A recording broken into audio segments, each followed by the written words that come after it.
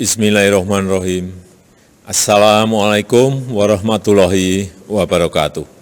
Salam sejahtera bagi kita semua. Yang saya hormati Rektor beserta seluruh keluarga besar Universitas Sriwijaya. Pertama-tama saya mengucapkan selamat Dies Natalis ke-62 kepada segenap Sivitas Akademika Universitas Sriwijaya. Di usia ke-62 tahun, menjadi momentum yang tepat bagi Unsri untuk bertransformasi menjadi lebih baik, terbuka terhadap inovasi, sehingga Unsri menjadi perguruan tinggi yang unggul, mandiri, dan maju. Saya meyakini dengan semangat Merdeka Belajar dan Kampus Merdeka, Unsri akan menjadi pusat SDM unggul berakhlak mulia, SDM yang berkarakter Indonesia, yang menguasai ilmu pengetahuan dan teknologi, yang berwawasan global dan bervisi masa depan. Itu saja yang ingin saya sampaikan dalam kesempatan yang baik ini. Sekali lagi, selamat Dies Natalis ke-62 Universitas Sriwijaya. Terima kasih. Wassalamualaikum warahmatullahi wabarakatuh.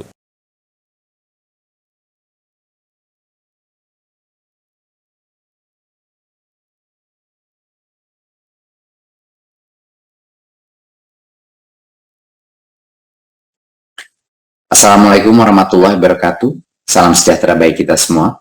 Om Swastiastu, Namo Buddhaya, salam kebajikan, Rahayu.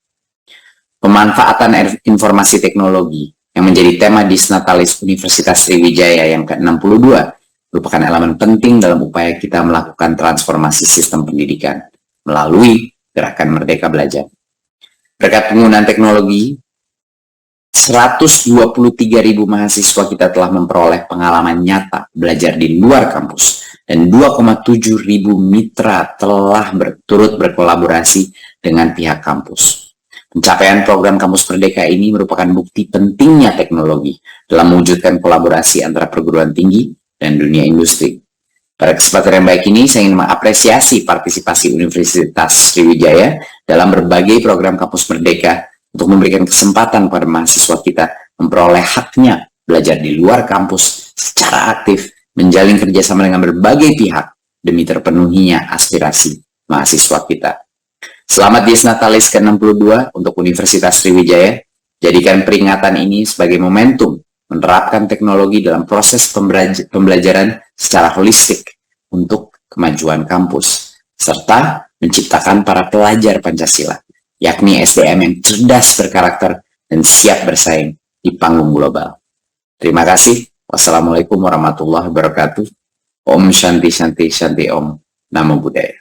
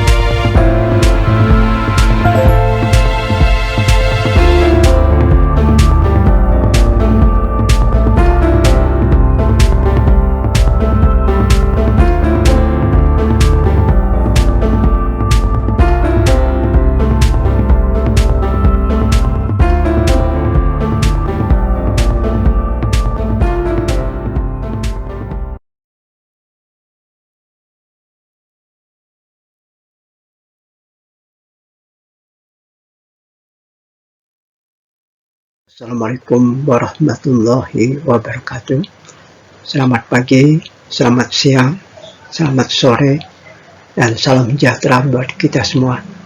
Pada pertemuan kali ini kita melanjutkan perkuliahan kita yang berkaitan dengan mata kuliah rancangan percobaan, dan topik bahasan kita pada kesempatan ini adalah melanjutkan rancangan acak kelompok faktorial 2 faktor.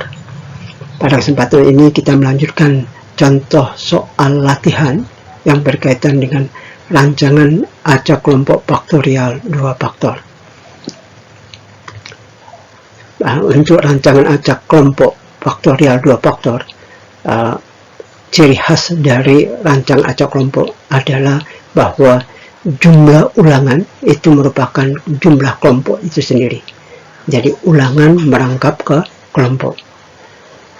Nah, ini pada kesempatan ini ada soal latihan yang berkaitan dengan penelitian yang ingin mengetahui pengaruh dari 2 faktor, yaitu faktor pupuk nitrogen disimbolkan N dan faktor pupuk fosfat yaitu disimbolkan dengan P, di mana pada pupuk nitrogen itu terdiri dari, untuk faktor pertama ini terdiri dari 4 taraf, yaitu N0, N1, N2, dan N3. Sedangkan untuk faktor kedua yaitu pupuk fosfat terdiri dari 5 taraf, yaitu P0, P1, P2, P3, dan P4. Sehingga kombinasi dari 4 taraf faktor pertama dikali dengan 5 taraf faktor kedua akan diperoleh sebanyak 20 kombinasi perlakuan. 20 kombinasi perlakuan. Sedangkan masing-masing kombinasi dilakukan pengulangan sebanyak 3 kali dan ulangan menjadi kelompok. Marilah kita lanjutkan ke slide berikutnya.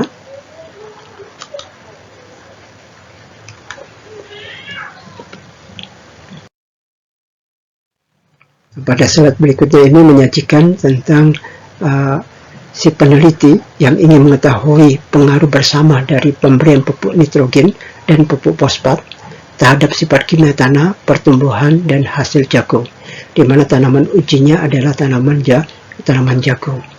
Dan faktor yang ingin dia teliti adalah ada 2 faktor, faktor pupuk nitrogen dan faktor pupuk fosfat. Nah, karena penelitian ini dilakukan di 3 lokasi yang berbeda, sehingga sedangkan perbedaan lokasi tidak menjadi tujuan dalam penelitian ini, maka perbedaan yang terdapat pada ketiga lokasi tersebut dijadikan kelompok, di mana lokasi dijadikan sebagai kelompok dan juga lokasi merangkap sebagai ulangan. Jadi 3 lokasi tersebut merupakan ulangan dan juga merupakan kelompok. Sehingga pada penelitian ini si peneliti menggunakan metode penelitiannya, yaitu menggunakan rancangan percobaan, lebih khusus lagi yaitu rancangan acak kelompok faktorial 2 faktor, di mana faktor pertama adalah pupuk nitrogen yang disimbolkan dengan N besar, dan faktor kedua yaitu pupuk fosfat yang disimbolkan dengan P besar. Sedangkan faktor pertama yaitu pupuk nitrogen terdiri dari 4 taraf, yaitu N0, N kecil 0 ya, merupakan kontrol, yaitu tanpa diberi pupuk nitrogen. Sedangkan taraf kedua yaitu N1 diberi pupuk nitrogen sebanyak 50 kg per hektar. N2 merupakan taraf ketiga dari faktor pertama, yaitu N2 ini diberi pupuk nitrogen sebanyak 100 kg per hektar, dan taraf keempatnya adalah N3 yaitu diberi pupuk nitrogen sebanyak 150 kg per hektar. Dari faktor pertama pupuk nitrogen yang disimbolkan dengan N terdiri dari 4 taraf, ya, 4 taraf, yaitu N0 tanpa diberi pupuk nitrogen sebagai kontrol, N1 diberi pupuk nitrogen 50 kg per hektar, dan N2 diberi pupuk nitrogen 100 kg per hektar, dan N3 diberi pupuk nitrogen 150 kg per hektar. Selanjutnya, faktor kedua adalah pupuk fosfat. Dan pada pupuk fosfat ini, si peneliti ingin meneliti dengan 5 taraf dari faktor kedua ini, yaitu fosfat terdiri dari 5 taraf, disimbolkan P0 yaitu tanpa diberi pupuk fosfat sebagai kontrol, P1 diberi pupuk fosfat 25 kg per hektar, P2 diberi pupuk fosfat 50 kg per hektar, P3 diberi pupuk fosfat 75 kg per hektar, dan P4 diberi pupuk fosfat 100 kg per hektar. Jadi dalam penelitian ini si peneliti ingin mengetahui pengaruh dari dua faktor, sehingga dia menggunakan rancangan acak kelompok faktorial dua faktor, di mana faktor pertama terdiri dari 4 taraf dan faktor kedua terdiri dari 5 taraf. Dan penelitian ini dicobakannya di 3 lokasi yang berbeda, di mana 3 lokasi yang berbeda itu tersebut ketika ini menjadi ulangan yang menangkap kelompok.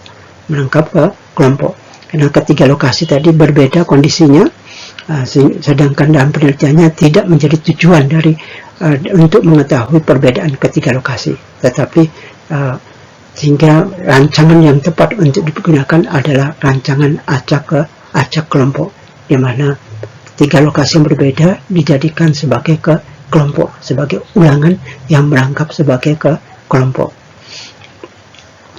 Nah, dari hasil penelitian ini diperoleh data sebagai berikut. Dapat lanjutkan ke slide berikutnya.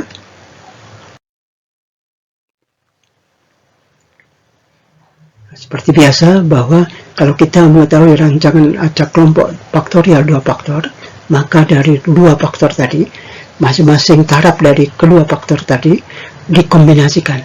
Seperti ini, ada 4 taraf faktor pertama, nanti dari N0, N1, N2, dan N3, dan 5 taraf dari faktor kedua, yaitu pupuk fosfat, nanti dari P0, P1, P2, P3, dan P4.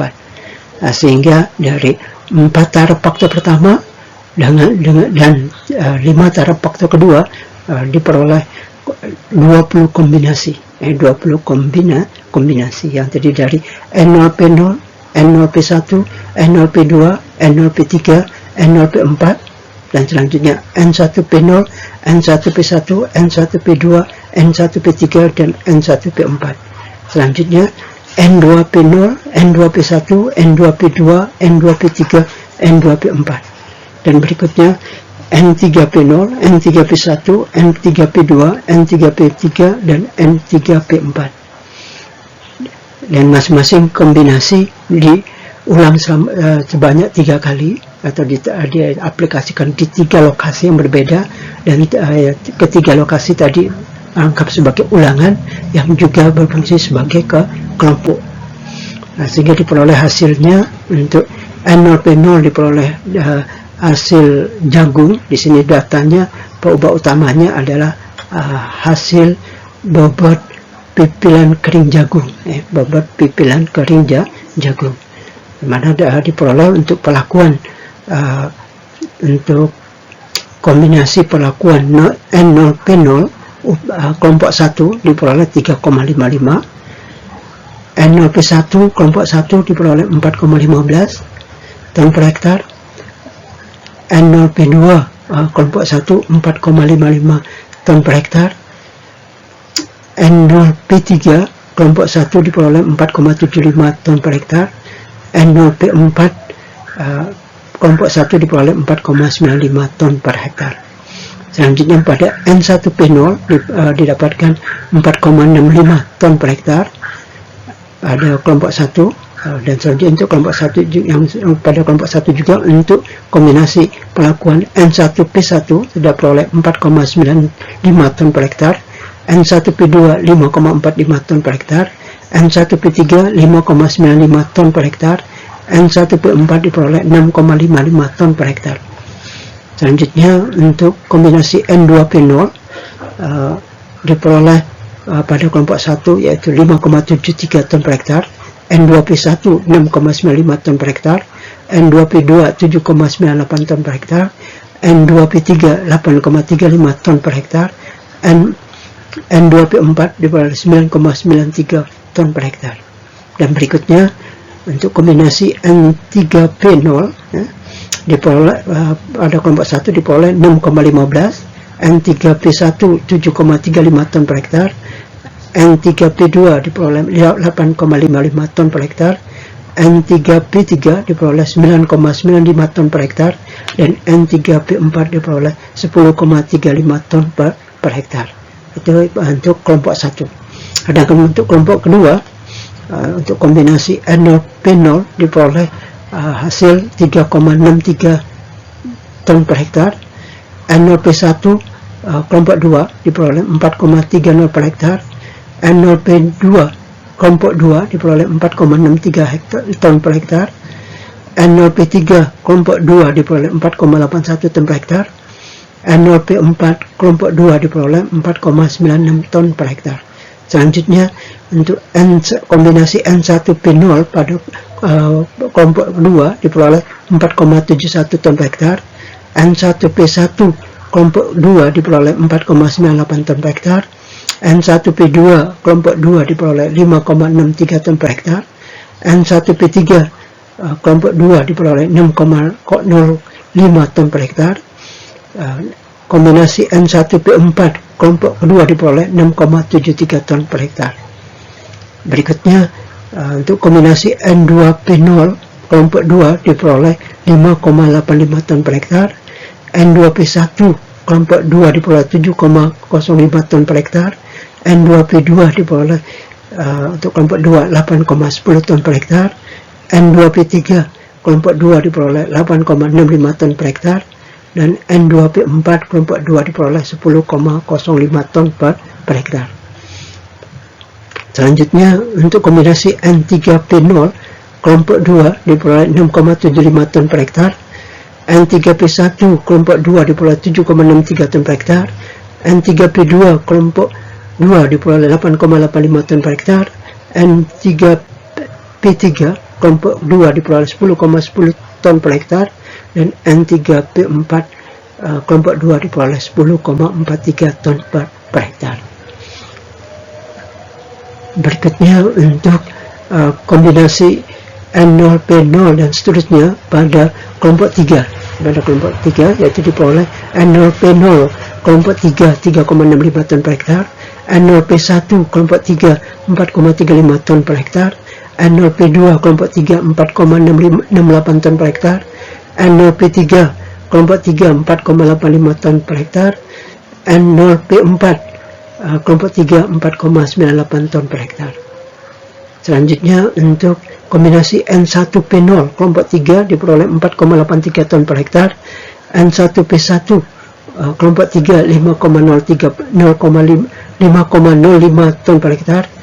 N1P2 kelompok 3 5,75 ton per hektar. N1P3 kelompok 3 6,15 ton per hektar.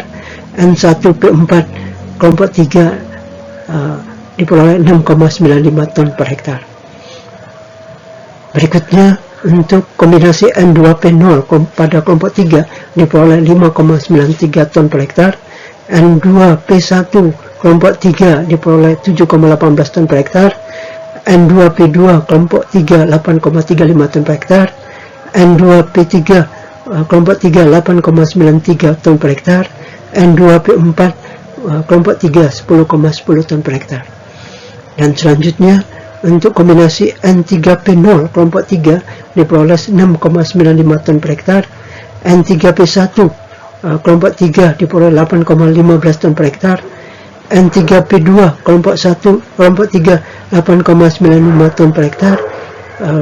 N3P3 kelompok 3 10,85 ton per hektar. Dan N3P4 kelompok 3 11,25 ton per hektar.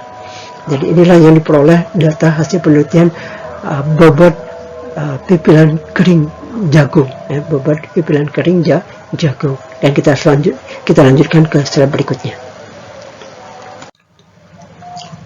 Baiklah, sebelum kita lanjutkan ke slide berikutnya, perlu Bapak ulangi lagi bahwa dari data yang diperoleh dari 20 kombinasi dengan 3 kelompok dari 3 lokasi yang berbeda tadi, itu kita sajikan dalam bentuk tabel 2 arah.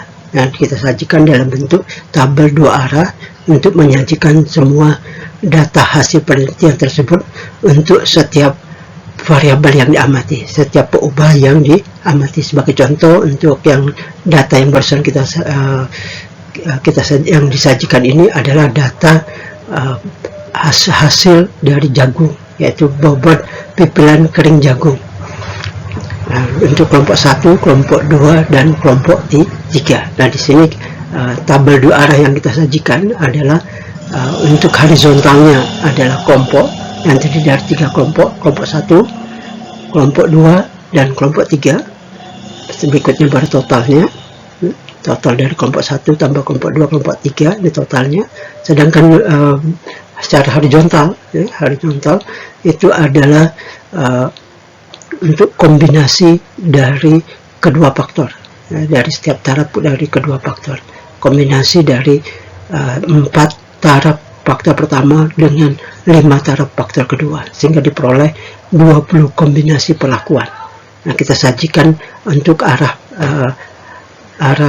vertikalnya,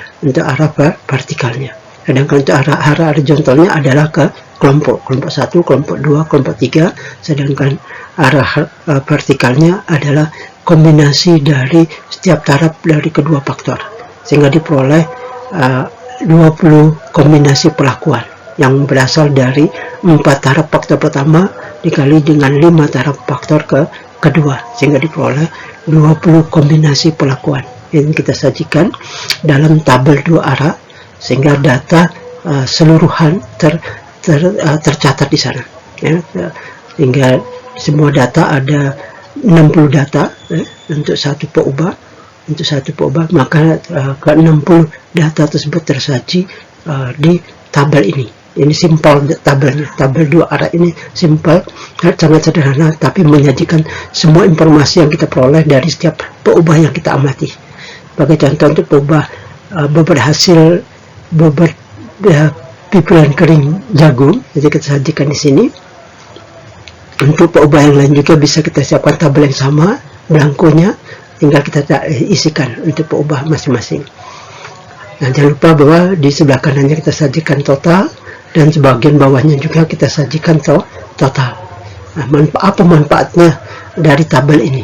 Nah, tabel 2 arah ini bermanfaat. Pertama, kita bisa memperoleh total dari masing-masing taraf setiap faktor, dan juga kita dapat total dari masing-masing kelompok.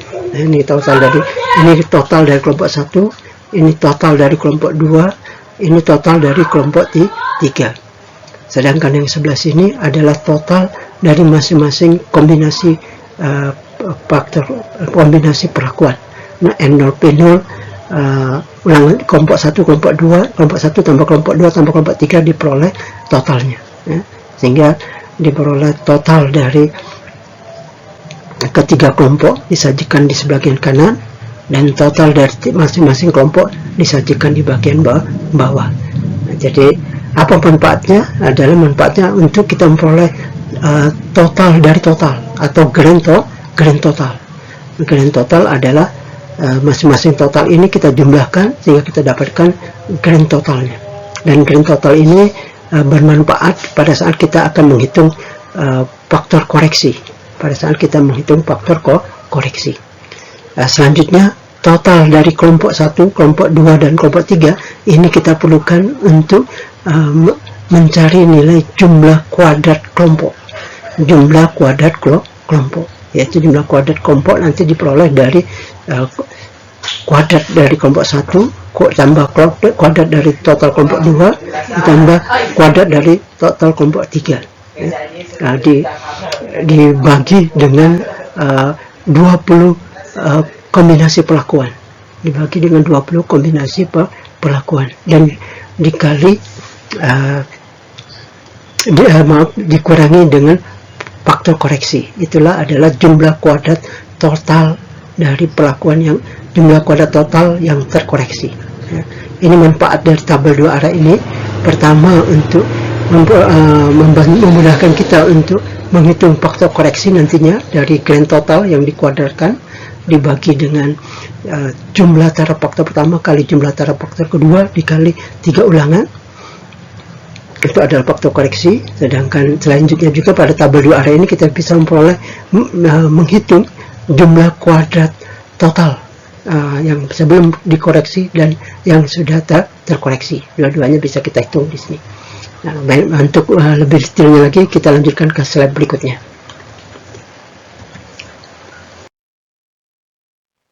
Nah, pada slide yang berikutnya ini adalah bagaimana kita mencari atau menghitung nilai dari faktor koreksi.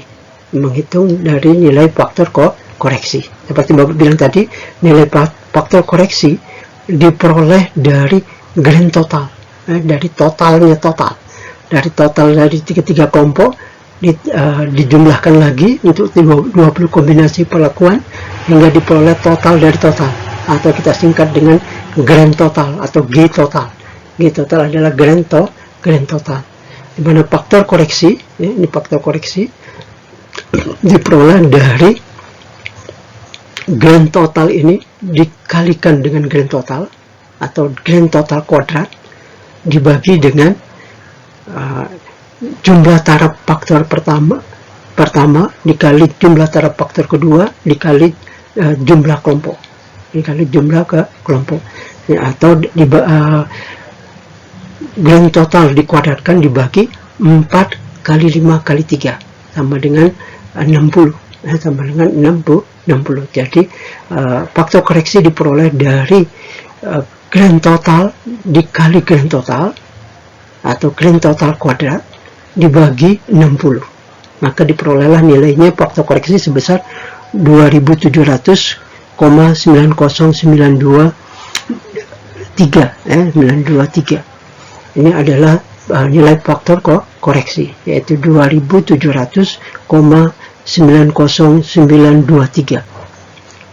Nah, selanjutnya kita akan menghitung jumlah kuadrat belum terkoreksi, jumlah kuadrat total belum terkoreksi, yang akan dirinci pada slide berikutnya. Tapi pada slide ini bagaimana kita memperoleh nilai faktor koreksi, yaitu kita dapatkan nilai faktor koreksi dari kuadrat grand total dibagi dengan 60. Atau kita lihat dari sel ini, ini adalah sel J29, J28, J28, ini J28, rumusnya adalah M24 dikali M24. M ini yang 24 ini adalah grand totalnya. Jadi grand total kuadrat dibagi dengan 60, dibagi 60. 60-nya dari mana? 60-nya itu diperoleh dari 4 taraf faktor pertama dikali 5 taraf faktor kedua dikali 3 kelompok, kali 3 ke kelompok, sehingga diperoleh nilai faktor koreksi sebesar 2700,90923. Nah, setelah kita memperoleh nilai faktor koreksi, maka perhitungan jumlah kuadrat yang lainnya akan kita peroleh, perlu kita koreksi dengan faktor koreksi ini. Perlu kita kurangi dengan faktor koreksi ini. Kita kurangi dengan nilai dari faktor koreksi. Kita lanjutkan pada slide berikutnya.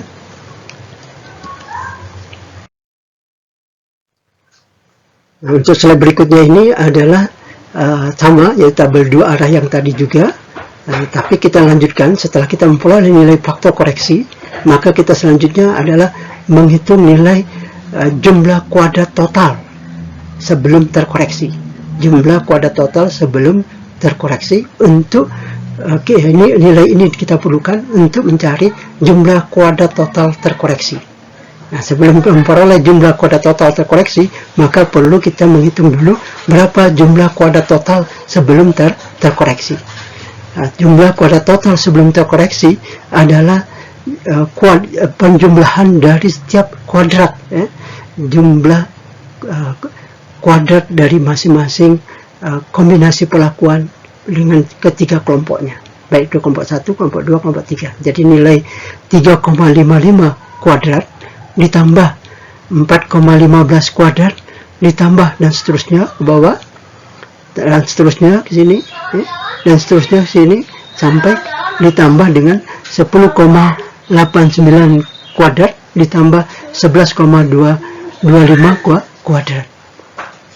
Itu adalah jumlah kuadrat, jumlah kuadrat yang belum, jumlah kuadrat total sebelum dikoreksi, atau jumlah kuadrat total belum terkoreksi, yaitu jumlahnya adalah 2963,4122. ulangi, nilainya 2963,4122. Ini adalah jumlah dari nilai kombinasi dari setiap perlakuan baik ulangan 1, ulangan 2, ulangan 3-nya yang masing-masing sudah dikuadratkan dan selanjutnya dijumlahkan. Nilai ini kuadrat ditambah dengan nilai ini kuadrat ditambah dengan nilai ini kuadrat dan seterusnya sampai ditambah dengan nilai ini kuadrat ditambah dengan nilai ini kuadrat. Maka diperolehlah nilainya adalah jumlah kuadrat total belum terkoreksi, yaitu 2963,4122. Ini kalau kita lihat dari sel ini, rumusnya adalah ini, yaitu jumlah kuadrat mulai dari J4 sampai dengan dijumlahkan semua dari kuadratnya sampai L23 sampai L23. Itu hasilnya adalah ini.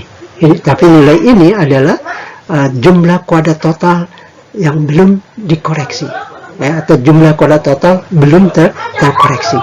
Nah, ini gunanya untuk apa? Ini gunanya untuk kita menghitung jumlah kuadrat total terkoreksinya.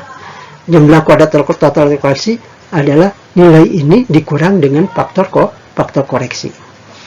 Jadi jangan lupa bahwa sebelum kita memperoleh jumlah kuadrat terkoreksi, kita perlu menghitung dulu jumlah kuadrat total sebelum dikoreksi.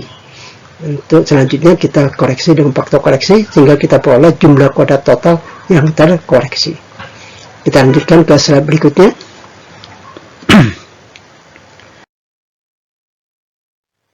Pada slide yang berikutnya adalah menghitung jumlah kuadrat totalnya sudah terkoreksi, atau singkat saja dengan JKT, yaitu jumlah kuadrat total. Tapi maksudnya sini adalah jumlah kuadrat total yang sudah dikoreksi dengan faktor koreksi, yang sudah dikurangi dengan faktor koreksi.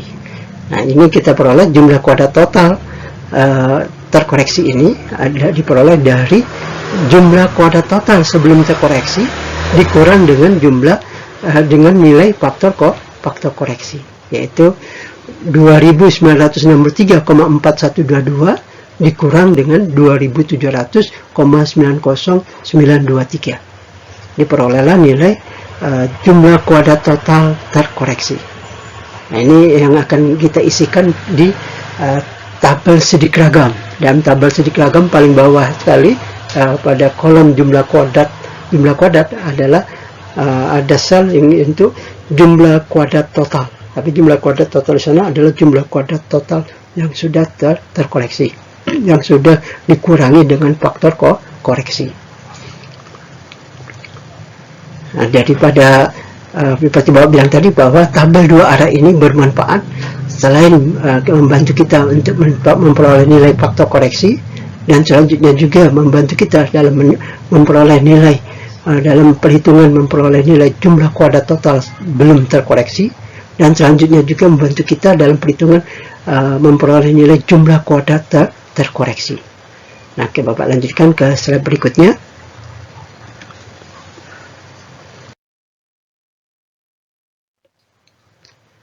Pada slide yang berikutnya ini adalah setelah kita mengetahui nilai faktor koreksi, setelah kita mengetahui nilai jumlah kuadrat total yang sudah terkoreksi, maka berikutnya kita perlu menghitung jumlah kuadrat kelompok. Jumlah kuadrat kelompok. Nah, sampai dengan perhitungan jumlah kuadrat kelompok, kita memerlukan tabel dua arah ini. Tabel dua arah di mana arah horizontalnya adalah kelompok, arah vertikalnya adalah kombinasi perlakuan. Nah, karena kita ingin mengetahui berapa total dari kelompok 1 dan berapa total dari kelompok 2, berapa total dari kelompok 3. Yang selanjutnya kita cari jumlah kuadrat totalnya. Kita cari jumlah kuadrat totalnya yang merupakan jumlah kuadrat kelompok yang perlu kita nilainya perlu dikoreksi dengan faktor koreksi. Jadi jumlah kuadrat kelompok adalah kuadrat dari total kelompok 1 ditambah kuadrat dari total kelompok 2 ditambah kuadrat dari total kelompok 3 dibagi dengan masing-masing nilai total kelompok 1, baik nilai total kelompok 2 maupun nilai total kelompok 3 ini diperoleh dari 4 taraf faktor pertama kali 5 taraf faktor kedua. Jadi 4 kali 5 20. Berarti pembaginya adalah 20. Jadi jumlah kuadrat kelompok adalah kuadrat kelompok pertama ditambah kuadrat dari kelompok kedua ditambah kuadrat dari kelompok ketiga dibagi 20 dan selanjutnya dikurang nilai faktor koreksi. Bapak ulangi, jumlah kuadrat kelompok diperoleh dari kuadrat dari total kelompok pertama ditambah kuadrat dari total kelompok kedua ditambah dengan kuadrat dari total kelompok ketiga dibagi 20 baru dikurangi nilai faktor koreksi. Nah, diperolehlah nilai jumlah kuadrat kelompok sebesar 1,26330. Bapak ulangi, jumlah kuadrat kelompok diperoleh 1,26330. Nah, nilai ini diperoleh dari, kalau kita perhatikan di sini rumusnya, kalau lihat di Excel rumusnya adalah ini kita peroleh dari jumlah kuadrat J24 ini jumlah total ini dikuadratkan ditambah nilai total ini dikuadratkan ditambah nilai total ini dikuadratkan. Kalau rumusnya sum square dari J24 K24 sampai L224. Jadi masing-masing ini dikuadrat, jumlah total kelompok 1 ini dikuadratkan ditambah kuadrat dari total kelompok kedua ditambah kuadrat dari total kelompok ketiga dibagi 20 itu 4 taraf faktor pertama kali 5 taraf faktor kedua, totalnya 20. Jadi pembaginya 20 baru dikurang dengan nilai faktor koreksi. Nilai faktor koreksi, maka kita peroleh jumlah kuadrat kelompok. Nah, dari tabel dua arah ini, seperti Bapak bilang tadi, bahwa ini tabel sederhana ini sangat membantu sekali dalam mencari nilai pertama, nilai faktor koreksi, kedua mencari nilai jumlah kuadrat total yang terkoreksi, dan yang ketiga jumlah kuadrat kelompok yang sudah terkoreksi.